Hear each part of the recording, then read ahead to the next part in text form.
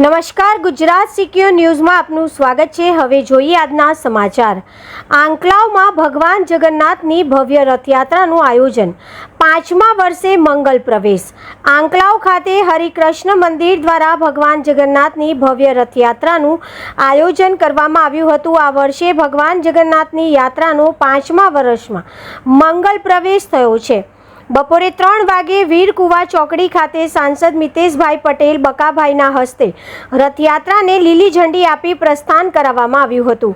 રથયાત્રાનો માર્ગ વીરકુવા ચોકડી, નગરપાલિકા, ઊંડી ખડકી, બસ સ્ટેન્ડ, સરદાર સ્ટેચ્યુ, મિશન 4 રસ્તા, પ્રજાપતિ નિવાસ 3 રસ્તા, પાંજરાપોળ અને સાકરબાની ખડકી થઈને ગંગાબા પાર્ક ખાતે પૂર્ણ થયો હતો।